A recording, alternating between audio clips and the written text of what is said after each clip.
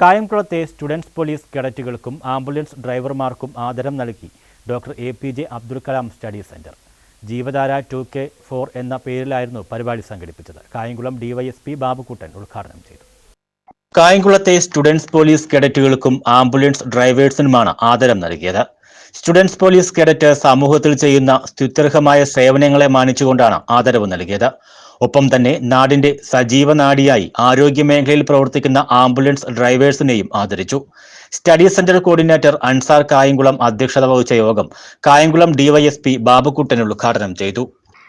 2002 മുതൽ 2007 വരെ നമ്മുടെ ഇന്ത്യൻ പ്രസിഡന്റായിരുന്ന ശ്രീ APJ അബ്ദുൽ കലാം സാർ ജനമനസ്സുകളിലേക്ക് വരാൻ കാരണമെന്ന് പറയുന്നത് അദ്ദേഹം ജനിച്ചത് മുതൽ വളർന്ന് ഇവിടെ വരെ എത്തിയ ആ സാഹചര്യങ്ങളാണ്.